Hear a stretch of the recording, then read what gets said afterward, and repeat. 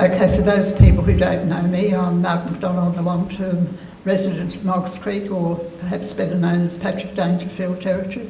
I've been a past president of Anglesea, long-time secretary for the Friends of Eastern Otways over 20 years, and I was a founder member of the Anglesea Health Consultative Committee. So I'd like to introduce you to the Anglesea Health Consultative Committee, a group that you can see has widespread representation since it was instigated by Alcoa in 1995 as a consultative process to manage the land under Alcoa's care at Anglesea. It was responsible for the preparation of the management plan for the Anglesea Heath, under which Alcoa and Parks Victoria have managed the land since that time. The committee has met regularly to help guide Alcoa and Parks Vic in protecting all of the Anglesea Heath. With the closure of the mine in August 2015, the committee is keen to see that all the land that has not been mined by Alcoa continues to be managed and protected into the future. We thank Alcoa for its shared management of the land over this period of more than 20 years. We do have an open door to Alcoa, and we feel very privileged to have that one. After so many years of negotiation, the committee is thrilled that the majority of the Anglesea Heath is in the process of being legislated into the Great Otway National Park.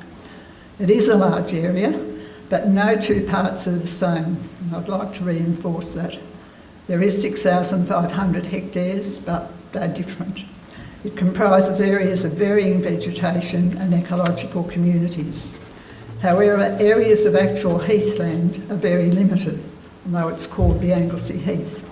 And two such areas, the Messmate Track, which I think I can find down there, that one there, and the Bald Hills area at the top, are two areas that have not come into the park at this time.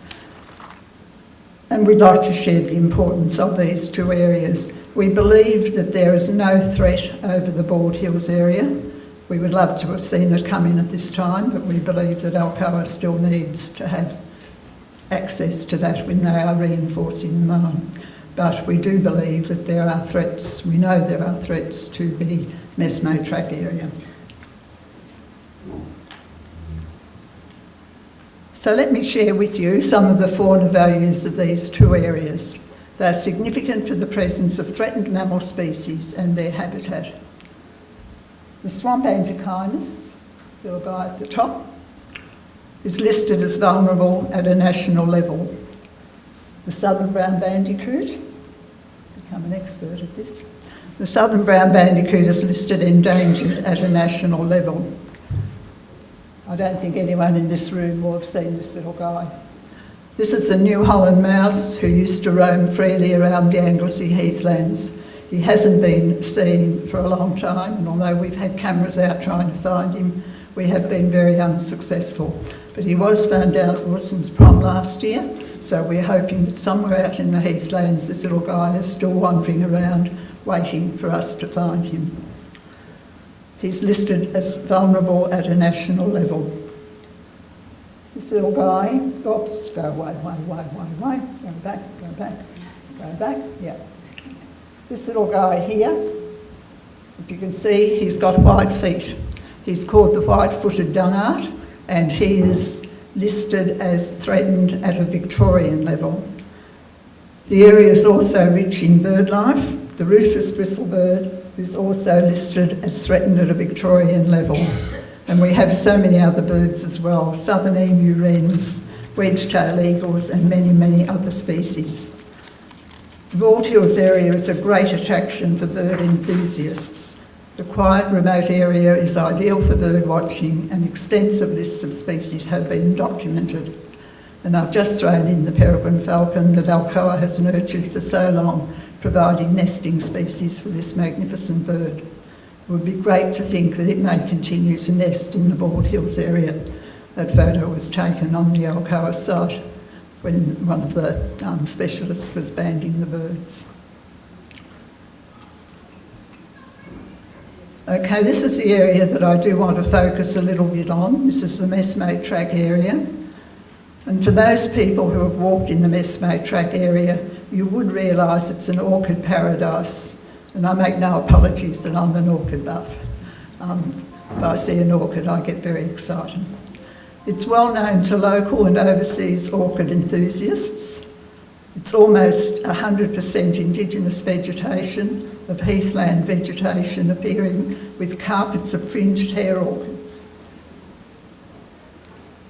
These are the fringed hair orchids, recognisable by their pointy leaves with red stripes on, and this is the fringed hair flowering.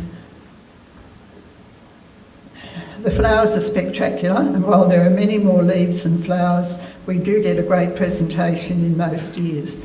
And this autumn they were most spectacular. That's not working, is it? It's finished. 5 minutes already. Okay, I'll just go fast. A very rare orchid, the tawny leek orchid that usually only appears after fire, is found in the area, with spectacular displays since seen in 1994 and again in 2009 when fire went through the area. It is almost endemic to Anglesea and only known from this site. I believe a few plants have been found near Portland, but that's this one up here. Oh, goodness me. That one. Go back. I said go back.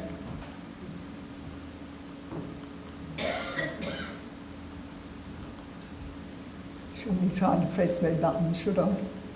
You'll have to forgive me for being longer. So that's the tawny leek area up on the right-hand side. It only comes up after fire and is recognised as being endemic to Anglesea, with only a few having been found in Portland. Many other species, orchid species, are scattered along the traps, and the one that I can't gloss over is the Grevillea infecunda, the one down on the bottom on the right, which has been discovered in that area. So when people are asking what's in there, it is a very important plant. And then just finally, the Bald Hills area, which I'll just skip over because I believe it is safe, but that just shows you the beauty, the remoteness, the quietness of that area that is out at the back of Anglesea. And the one little picture up on the top left-hand corner is a wattle, an acacia that is only found in that area that we're up there, the Acacia oxycedrus. It's truly a peaceful escape from the bustling Anglesea tourists. So just to sum up, the Anglesea Heath is rich in biodiversity. We need to protect its flora and conserve its habitat and ensure it's available for future generations to appreciate and enjoy. And just remember that the Victorian government's policy, this one that's just come out, says that we need to conserve the local biodiversity. So thank you, and sorry for going over time.